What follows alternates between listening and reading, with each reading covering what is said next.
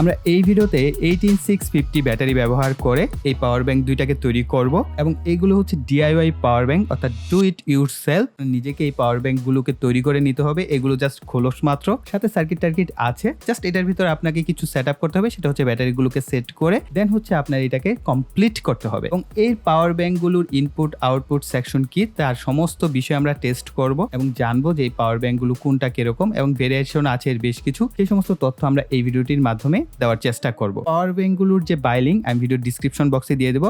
এবং আমি এই দুইটা পাওয়ার ব্যাংক হচ্ছে চাইনিজ সেলারের কাছ থেকে নিয়েছি। তো সময় লেগেছে 30-35 দিনের মতো সময় লাগবে যদি আপনারা চাইনিজ সেলারের কাছ থেকে নেন। আর যদি বাংলাদেশে কোনো সেলার নিয়ে আসেন এই পাওয়ার ব্যাংকগুলো, তাহলে আমি চেষ্টা করব তাদের লিঙ্কগুলো দেওয়ার যদি থাকে। আর যদি না থাকে তাহলে আমি চাইনিজ সেলারের যে বাই লিংক সেটা আমি ভিডিও ডিসক্রিপশন বক্সে দিয়ে দেবো। তো আপনারা চাইলে সেখান থেকে কিনে নিতে পারবেন। একটা পাওয়ার ব্যাংকে 16টা করে 18650 ব্যাটারি দরকার হবে। হয়তো আপনারা ক্যামেরায় দেখতে পাচ্ছেন যে বেশ ছোটখাটো, কিন্তু আসলে ওই রকম ছোটখাটো না, বেশ বড় সড়ো। সো দেখতেই পাচ্ছেন। এবং এটার মেজারমেন্ট যদি দেখি 7.3 ইঞ্চির মতো হচ্ছে এটার যে লম্বা। এবং আমরা যদি পাশে দেখি 3 ইঞ্চির মতো হচ্ছে এটা পাশে, এবং এই বরাবর এটা হচ্ছে 1.5 ইঞ্চির মতো। তো বুঝতেই পারছেন এই পাওয়ার ব্যাংকটা নর্মাল যে পাওয়ার ব্যাংকের সাইজ সেটার থেকে প্রায় 3 থেকে 4 গুণ বড় হবে। বেশ জাম্বু সাইজের একটা পাওয়ার ব্যাংক। এবং দুইটা পাওয়ার ব্যাংকের দুই রকমের ভেরিয়েন্ট আমি অর্ডার করেছি। এবং দুইটা ভেরিয়েন্ট অর্ডার করার পিছনে কারণ আছে। এই যে সাদা কালারের যে পাওয়ার ব্যাংকটা দেখতে পাচ্ছেন এটা ম্যাক্সিমাম 5.1 ভোল্ট দিবে, এর উপরে যাবে না। তো আমার এরকমই দরকার ছিল। তো আমার যে ডিএসএলআরটা আছে সেটার জন্য আমি চাচ্ছিলাম লং টাইম ব্যাকআপ হবে এবং সেটা 5.1 ভোল্টই সুইটেবল ভাবে চলে। সেখানে ফাস্ট চার্জিং বা কুইক চার্জিং এর দরকার নাই। এটার ভেরিয়েন্ট টোটাল 5টা এবং এই ভেরিয়েন্টটা নেওয়ার ফলে আমার প্রাইস অনেক কমে গেছে। ধরেন এটার দাম মেবি আমার যতটুকু মনে পড়ে 1050 টাকার মতো পড়েছে। এই ভেরিয়েন্টটার দাম পড়েছে প্রায় 1630 টাকা বা 40 টাকার মতো। দুইটার দুই রকমের প্রাইস এবং এটার মধ্যে ফাস্ট চার্জিং, কুইক চার্জিং সেই সমস্ত ফিচারগুলো আছে। আমরা যদি এদের পিছনের সাইডটা আগে দেখি, যদি প্রথমে আমরা সাদাটা যেটা আছে, তো এটার মডেল নাম্বার হচ্ছে C16QI। সো এইভাবে হচ্ছে বিভিন্ন মডেলের ভেরিয়েন্ট হয়। এবং এটার মডেলটা যদি আপনারা দেখেন এটা C16PDQI, অর্থাৎ এটা পিডি যে অপশনটা যেটা ফাস্ট চার্জিং এর জন্য কাজ করে, সেই অপশনটা এটার মধ্যে ইনভলভ আছে, কিন্তু এটার মধ্যে কিন্তু নাই। এবং এইখানে আপনারা দেখতে পাচ্ছেন এটার যে ক্যাপাসিটি সেটা হচ্ছে 50,000 mAh, অর্থাৎ 50 এম্পিয়ারের মতো আপনারা সর্বোচ্চ এম্পিয়ার এটার মধ্যে ইনক্লুড করতে পারবেন। অনেক ব্যাটারি আছে 18650 যেগুলো 3300 mAh পর্যন্ত হয়ে থাকে, সেগুলো আপনারা চাইলে ব্যবহার করে 50,000 mAh পর্যন্ত ব্যবহার করতে পারবেন। সো বুঝতেই পারছেন বেশ পাওয়ারফুল পাওয়ার ব্যাংক এগুলো। এবং এটার মধ্যে দেখতে পাচ্ছেন আউটপুট হচ্ছে 5 ভোল্ট 2.1 এম্পিয়ার। এরপরে ওয়্যারলেস চার্জিং আছে এটার মধ্যে এবং আউটপুট হচ্ছে 5 ওয়াট পাবেন, এর বেশি না। আপনারা জানেন ওয়্যারলেস চার্জিং এ যখন যাওয়া হয় তখন ওয়্যারলেস চার্জিং এর যে ওয়াটেজ ভ্যালুটা সেটা কম হয়ে থাকে। 5 ওয়াট বললেও হয়তো বা 5 ওয়াট হবে না, আর কিছুটা কমই আপনারা পাবেন। এটার মধ্যে যদি দেখি এটার পিছনে দেখতেই পাচ্ছেন এটার ডেসক্রিপশনটা কিন্তু বিশাল লম্বা চড়া। এটার আউটপুট 5 ভোল্ট 3 এম্পিয়ার পাচ্ছেন, 9 ভোল্ট 2 এম্পিয়ার, 12 ভোল্ট 1.5 এম্পিয়ার পাচ্ছেন এবং 4.5 ভোল্টে হচ্ছে 5 এম্পিয়ার, 5 ভোল্টে পাচ্ছেন 4.5 এম্পিয়ার। ওয়্যারলেস চার্জিং আছে, এটা 15 ওয়াট রেটে হচ্ছে ওয়্যারলেস চার্জিংটা ব্যবহার করতে পারবেন। তো আমার কাছে কোনো ওয়্যারলেস চার্জিং নেই, যার ফলে হচ্ছে আউটপুটটা আমি চেক করে দেখাতে পারবো না। তো যাদের কিনা ওয়্যারলেস ফোন আছে, অর্থাৎ আইফোন আছে বা ওয়্যারলেস সিস্টেম আছে আপনাদের ফোনে, আপনারা এটার মাধ্যমে ওয়্যারলেস ভাবে চার্জ দিতে পারবেন, বারবার কেবল লাগানোর ঝামেলা নেই। তারপর আমরা ইনপুটে দেখতে পাচ্ছি 5 ভোল্ট 3 এম্পিয়ার, 9 ভোল্ট 2 এম্পিয়ার এবং 12 ভোল্ট 1.5 এম্পিয়ার, অর্থাৎ ইনপুট আউটপুট অলমোস্ট সিমিলার ভাবেই করবে। অর্থাৎ দুইটা সেক্টরে আমরা ফাস্ট চার্জিং বা কুইক চার্জিং দুইটা অপশনই ইনভলভ পাবো এটার মধ্যে। যদি আমরা সেই পরিমাণ চার্জার এখানে কানেক্টেড করি তাহলে ফাস্ট চার্জিং এবং কুইক চার্জিং দুইটা আমরা এখানে পাচ্ছি। তারপর আমরা এখানে দেখতে পাচ্ছি এখানে যে কুইক চার্জিং মোড যেটা আছে সেটা 4.0, অর্থাৎ একেবারে লেটেস্ট ভার্সন যেটা আছে, এবং পিডি হচ্ছে 3.0 এবং এখানে আরো বেশ কিছু অপশন আছে এফসিপি, এএফসি। তো এগুলো সম্পর্কে আমার ধারণা কম। যাই হোক, এখানে আরো বেশ কিছু অপশন আছে, অর্থাৎ অ্যাপেলের জন্য বেশ কিছু অপশন এখানে দেওয়া আছে। যারা অ্যাপেল ইউজার্স তো তারা কিন্তু এখান থেকে বুঝে নিতে পারবেন যে এখানে কি কি অপশন আপনারা সেগুলো আপনারা এইখানেও ইনবিল্ড পাচ্ছেন। তো এটা বেশ পাওয়ারফুল এটা থেকে। তো যাই হোক, এদেরকে যখন আমরা অপারেট করব তার পূর্বে একটু দেখে নিই এখানে ওয়্যারলেস চার্জিং অপশনটা আছে। সো দুইটার সেক্টরে একই এবং এটার উপরে হচ্ছে পুশ বাটন আছে একটা। সো সিমিলার এখানে যে আপনারা দেখতে পাচ্ছেন এটা হচ্ছে পুশ বাটন, এটাকে আপনারা প্রেস করতে পারবেন এবং এইখানে একটা ডিসপ্লে আছে, এটার ভিতরে একটা ইনবিল্ড ডিসপ্লে আছে। এবং আমরা যদি এটাকে পিছন থেকে খুলি, জাস্ট এরকম খোলা অবস্থায় আপনি পাবেন। দুইটার ক্ষেত্রেই আমরা দুইটাকে যদি খুলে নেই, দুইটার ক্ষেত্রে আমরা দেখতে পাচ্ছি একই রকম ভাবে ভিতরে কিন্তু কি কি প্রয়োজন সেগুলো দেওয়া আছে। এখানে ওয়্যারলেস চার্জিং এর সিস্টেমটা দেওয়া আছে, দেন হচ্ছে এটার সাথে একটা ড্রাইভার দেওয়া আছে, অর্থাৎ স্ক্রু ড্রাইভার, এবং এখানে বেশ কিছু স্ক্রু দেওয়া আছে যেগুলোর মাধ্যমে এটাকে সেট আপ করতে হবে। তো আমরা এদেরকে একটু পাশে রাখি। ঠিক সিমিলার ভাবে এইখানেও আপনারা দেখতে পাচ্ছেন একটা স্ক্রু ড্রাইভার আছে এবং এর সাথে সাথে বেশ কিছু স্ক্রু দেওয়া আছে। যদি আমরা দুইটাকে কাছ থেকে দেখি তো মনে হতে পারে যে দুইটার সার্কিট একই রকম, কিন্তু দুইটা সার্কিট একই রকম না। দুইটার বিল্ড কোয়ালিটি অর্থাৎ দুইটা সার্কিটের বিল্ড কোয়ালিটি দুই রকমের। এই সার্কিটটার মধ্যে অনেক অপশনই আমি দেখতে পাচ্ছি যে জাস্ট ডিফারেন্স। সো এখানে আইসি গুলো ডিফারেন্স আছে, এখানে মাইক্রো প্রসেসর টাইপ একটা আইসি ব্যবহার করা হয়েছে। তো যদি আমরা এটার ভিতরে আর ঢুকছি না, সো এখানে একটা ক্যাপাসিটর দেওয়া আছে, এটার আইসির ভেরিয়েশন গুলো একটু চেঞ্জই আছে। সো দেখতেই পাচ্ছেন এটা বেসিক একটা সার্কিট মনে হচ্ছে, আর এবং এটা একটা অ্যাডভান্স লেভেলের সার্কিট, এবং এটার প্রাইসটাও যেহেতু অনেক বেশি, প্রায় 500-600 টাকার মতো ডিফারেন্স দুইটার মধ্যে। ওইরকম ভাবেই তারা প্রাইসটাকে কাট করেছে। দুইটার প্লাস্টিক বা বিল্ড কোয়ালিটি যদি আমি বলি, প্লাস্টিক কোয়ালিটি যথেষ্ট স্ট্রং। সো একেবারে ফিনিশিংটা যে খারাপ ওইরকম না, আপনার মনে হবে যে আপনি রেডিমেড যে পাওয়ার ব্যাংক কিনে ওইরকম ফিনিশিং রয়েছে এর প্লাস্টিক কোয়ালিটিতে। তো আপনার মনে হবে না চিপ কোনো ফিল আপনি এটার মধ্যে পাবেন না। দুইটার একই রকম অবস্থা, দুইটার সিমিলার একই মনে হচ্ছে। তবে এটার সামনের দিকে আমার মনে হয়েছে এটার প্লাস্টিক কোয়ালিটি খুব একটা ভালো দেয় না, এখানে আরেকটু কোয়ালিটি ফুল দিলে আরেকটু ভালো হতো। এই সাইডের যে প্লাস্টিকটা এটা জাস্ট নর্মাল কিন্তু স্ট্রং, হেভি স্ট্রং আপ। যাই হোক, আমরা প্রথমে হচ্ছে সাদা যে কেসটা এটাকে আমরা কমপ্লিট করি। তার জন্য আমার কাছে যে 18650 ব্যাটারিগুলো আছে সেগুলো থেকে আমরা সেট আপ করা শুরু করবো। একদম খুব সিম্পল।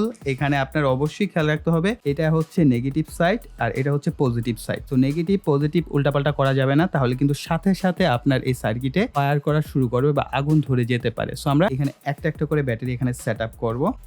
আর এই পাওয়ার ব্যাংকটা তৈরি করার সময় একটা বিষয় মাথায় রাখবেন, সেটা হচ্ছে যে প্রত্যেকটা ব্যাটারি চেষ্টা করবেন পূর্বেই ফুল চার্জ করে নেওয়ার। এতে করে আপনি যখন চার্জ করবেন বা ডিসচার্জ করবেন তখন পাওয়ার ব্যাংকটা পারফেক্টলি কাজ করবে। আর কতক্ষণ ব্যাকআপ পাওয়া যাবে অনেকে জিজ্ঞাসা করতে পারেন। ভাই, ব্যাকআপ সম্পূর্ণ ডিপেন্ড করবে আপনি কতটা ভালো মানের ব্যাটারি এখানে ব্যবহার করছেন। আপনি যদি খুবই কম এমএএইচ এর ব্যাটারি ব্যবহার করেন তাহলে ব্যাকআপ কম পাবেন, আর যখন খুব ভালো মানের ব্যাটারি ব্যবহার করবেন তখন ভালো ব্যাকআপ পাবেন। তো এখানে আমি যে ব্যাটারিগুলো ব্যবহার করছি আসলে র্যান্ডম, এখানে আমি তবে চেষ্টা করবেন একই এমএএইচ এর যদি হয় তাহলে আরো ভালো পারফরমেন্স পাবেন। আমার কোনোটা 2000 এমএএইচ, কোনোটা 1900, কোনোটা 1300 এরকম আছে, কেন আমার কাছে ওরকম ব্যাটারি কালেকশন নেই। সো যেগুলো আছে আমি সেগুলো দিয়ে এখন সেটআপটা কমপ্লিট করছি।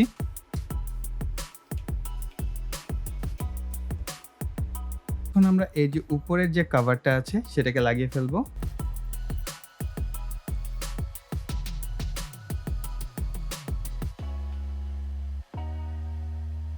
বাড়তি 4টা নাট দেওয়া হয়েছে। সো এটা খুবই ভালো, এই ধরনের নাট পাওয়াটা খুব কঠিন। সো এক্সট্রা নাট দেওয়া ভালোই হয়েছে।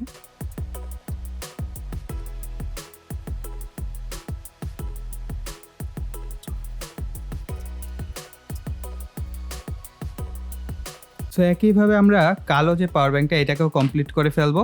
এরপর হচ্ছে আমরা আউটপুটটা টেস্ট করব। সো আমরা ঝটপট এই কাজটাকেও করে ফেলছি।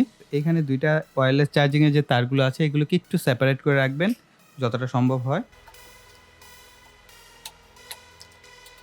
ব্যাটারি লাগানোর পর যদি দেখেন এখানে 0% দেখাচ্ছে, তাহলে জাস্ট একটু চার্জারটাকে কানেক্ট করে নেবেন, তাহলে দেখতে পাবেন আপনার এখানে পার্সেন্টেজ দেখানো শুরু করে দিয়েছে। এবং আমরা যদি এটাকেও চার্জ করি তাহলে একটা জিনিস আমি ডিফারেন্স দেখতে পেলাম, এইখানে সবুজ কালারের লেখা আসছে যে ফাস্ট চার্জিং হচ্ছে, কিন্তু এটার মধ্যে কোনো ফাস্ট চার্জিং অপশন নাই। এটা ইনপুট হোক আর আউটপুট হোক টাইপ সি আছে, কিন্তু এখানে কোনো ফাস্ট চার্জিং লেখাটাকা উঠবে না। ইনপুটটাকে টেস্ট করি, তারপর হচ্ছে আউটপুটটাকে টেস্ট করব। এর ইনপুটটা টেস্ট করব। এর ইনপুট দেখতে পাচ্ছেন 5.2 ভোল্ট হচ্ছে এর ইনপুট নিচ্ছে এবং 2.2 এম্পিয়ার রেটে হচ্ছে এর আউটপুটটা যাচ্ছে। এবং এর যে ওয়াট, এটা 11 থেকে 12 ওয়াটের কাছাকাছি থাকছে একটা ভ্যালু। আপনারা এখানে নিচে দেখতে পাচ্ছেন যেটা হচ্ছে বেগুনি কালার এটা হচ্ছে ওয়াট, আর যেটা সবুজ কালার এটা এম্পিয়ার, হলুদ কালার যেটা এটা হচ্ছে আপনার ভোল্টেজ। তো এখন হচ্ছে আমরা কালো পাওয়ার ব্যাংকের ইনপুটটা চেক করছি। সো আপনারা দেখতে পাচ্ছেন 9 ভোল্টের মতো নিচ্ছে এবং 1 এম্পিয়ার। সো এটার এম্পিয়ার রেটটা আরো বাড়বে, এর কারণ হচ্ছে এটা কিন্তু অলমোস্ট 98% চার্জ। যখন এটার চার্জটা আরো কমবে তখন কিন্তু এটার যে এম্পিয়ার রেট সেটা কিন্তু আরো বেড়ে যাবে। তো এটা কিন্তু একটা বিশেষ টেকনোলজি যেটার কারণে কিন্তু আপনার ব্যাটারিগুলো ওভারহিট হয় না। যখন কিনা আপনার কোনো পাওয়ার ব্যাংকের ব্যাটারি ফুল চার্জ হওয়ার কাছাকাছি চলে আসে তখন হচ্ছে আপনার ব্যাটারি চার্জিং এম্পিয়ারটা কমে যায়। যখন কিনা একেবারে লো থাকে তখনও কমে যায়। যখন মাঝামাঝি একটা পর্যায়ে থাকে, ধরেন 25% বা 30%, এর উপরে ওঠার সময় হচ্ছে এর যে ম্যাক্সিমাম এম্পিয়ারটা সেটা কিন্তু পাওয়া যায়। সো আপনি দেখতে পাচ্ছেন ধীরে ধীরে এর যে এম্পিয়ার রেট সেটা কিন্তু কমতে শুরু করেছে, কেননা আমাদের ব্যাটারি কিন্তু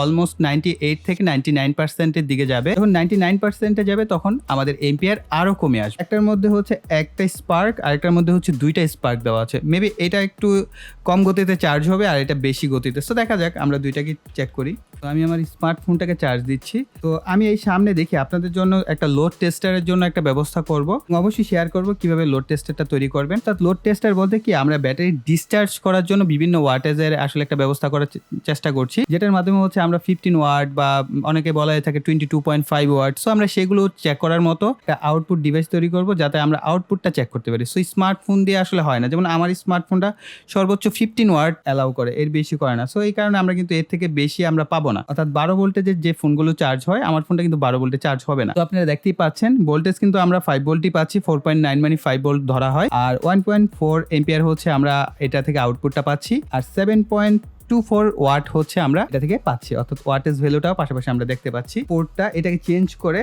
ডাবল স্পার্কের যে পোর্টটা আছে সেটার সাথে কানেক্ট করব। সো সিমিলার আউটপুট পাওয়া যাচ্ছে দুইটা পোর্ট থেকেই, ডাবল স্পার্ক আর সিঙ্গেল স্পার্ক।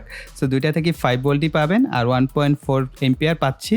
সো হয়তো বা ম্যাক্সিমাম আপনি এখানে 1.6 বা 7 পেতে পারেন, আর ম্যাক্সিমাম 2 এম্পিয়ার যেটা ক্লেম করছে পাওয়ার ব্যাংক কোম্পানি, আসলে সেটাই আপনি এটা থেকে পাবেন। সো এখানে দেখতে পাচ্ছেন দুইটা কালার, একটা হচ্ছে সবুজ আর একটা গোলাপি। সবুজ কালারটা হচ্ছে সিঙ্গেল স্পার্ক, আর ডাবল স্পার্ক সিম্বল দেওয়া আছে হচ্ছে যেটা কিনা গোলাপি কালার আছে। সো আমরা দুইটাকেই দেখি কিরকম আউটপুট পায়। সো আমরা দেখতে পাচ্ছি 9.14 ভোল্টেজে হচ্ছে আমাদের ফোনটা চার্জ হচ্ছে, আর এম্পিয়ার হচ্ছে 1.2।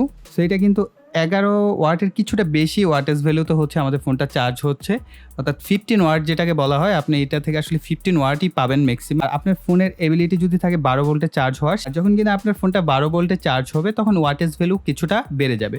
সো আমরা এখন ডাবল স্পার্কে দেখি কি হয়। তো আমরা কিন্তু সেম ভ্যালুই পাচ্ছি দুইটা থেকেই। সো এটাও কিন্তু 11 ওয়াটের কিছুটাই বেশিই পাচ্ছি, অর্থাৎ আপনার ইউএসবি দুইটা থেকে আপনি সিমিলার আউটপুটই পাবেন। সো এরকম না যে একটায় আপনি বেশি পাচ্ছেন আরেকটায় কম পাচ্ছেন। তবে আমরা এটা থেকে হচ্ছে 9 ভোল্টে আউটপুট পাচ্ছি। সো এটা যেরকম বলছিল কোম্পানি যে 9 ভোল্টের হচ্ছে 2 এম্পিয়ারের মতো হবে, কিন্তু আমরা ম্যাক্সিমাম 1.4 এম্পিয়ার রেটে পাচ্ছি। সো গাইস, এই ছিল আমাদের ভিডিও। আশা করি ভিডিওটি আপনাদের কাছে ভালো লেগেছে, তার জন্য ভিডিওতে একটা লাইক দিবেন, কমেন্ট করবেন, ভিডিওটি শেয়ার করবেন। আর যারা এখনো চ্যানেলটিকে সাবস্ক্রাইব করেনি, চ্যানেলটিকে সাবস্ক্রাইব করে পাশে বেল বাটনটি অ্যাক্টিভ করে দিবেন পরবর্তী ভিডিওর নোটিফিকেশন পাওয়ার জন্য।